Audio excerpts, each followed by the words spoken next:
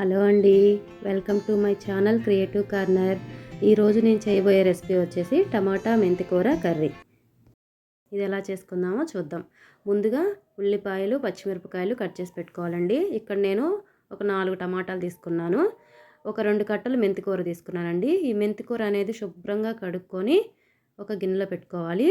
ముందుగా స్టవ్ వెలిగించి బాండీ పెట్టి దానిలోకి 2 స్పూన్ ఆయిల్ వేసానండి. అది కొంచెం కాగిన తర్వాత 1 స్పూన్ తాలింపు గింజలు వేసుకొని అవి బాగా వేయించుకోవాలి. అవి వేగిన తర్వాత ముందుగా కట్ చేసిన ఉల్లిపాయ, పచ్చిమిర్చి వేసుకొని వేయించుకోవాలండి. ఇవి కొంచెం దూరగా వేగిన తర్వాత దానిలోకి ఒక రెమ్మ కరివేపాకు వేసుకోవాలి. వీటన్నిటిని లో ఫ్లేమ్లో కాసేపు అలా వేగిన తర్వాత 1 స్పూన్ అల్లం చిన్నులపాయ పేస్ట్ వేసుకొని వేయించాలి. ఇది కూడా కొద్దిగా వేగిన తర్వాత ముందుగా కట్ చేసి పెట్టుకున్న టమాటా ముక్కలు వేసి వేయించుకోవాలి. ఇది కొంచెం ఒక 2 నిమిషాల పాటు కొద్దిగా మగ్గిన తర్వాత ముందుగా కడిగి శుభ్రం చేసుకున్న మెంతి ఆకును కూడా వేసుకోవాలండి.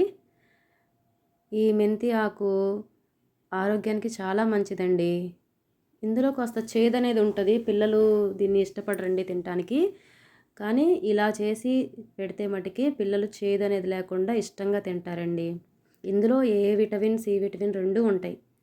ఆరోగ్యానికి చాలా మంచిదండి. 2 నిమిషాలు ఆగిన తర్వాత మూత తెరిచి చూస్తే కొద్దిగా మగ్గి ఉంటుందండి కూర. ఇంకొకసారి కలుపుకొని దీనిలోకి రుచికి సరిపడా సాల్ట్ వేసుకోవాలండి. దాని తర్వాత ఒక చిటికెడు పసుపు వేసుకొని ఇంకోసారి మొత్తం బాగా కలిపేసి మగ్గనివ్వాలండి.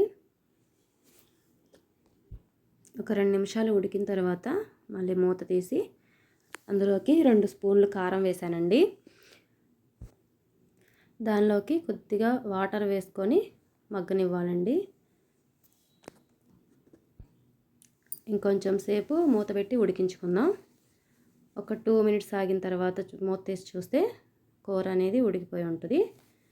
ఇంతేనండి, ఎంతో రుచికరమైన టమాటా మెంతికూర కర్రీ రెడీ అయిపోయింది. మీరు ట్రై చేసి ఎలా వచ్చిందో కామెంట్ చేయండి. Thanks for watching.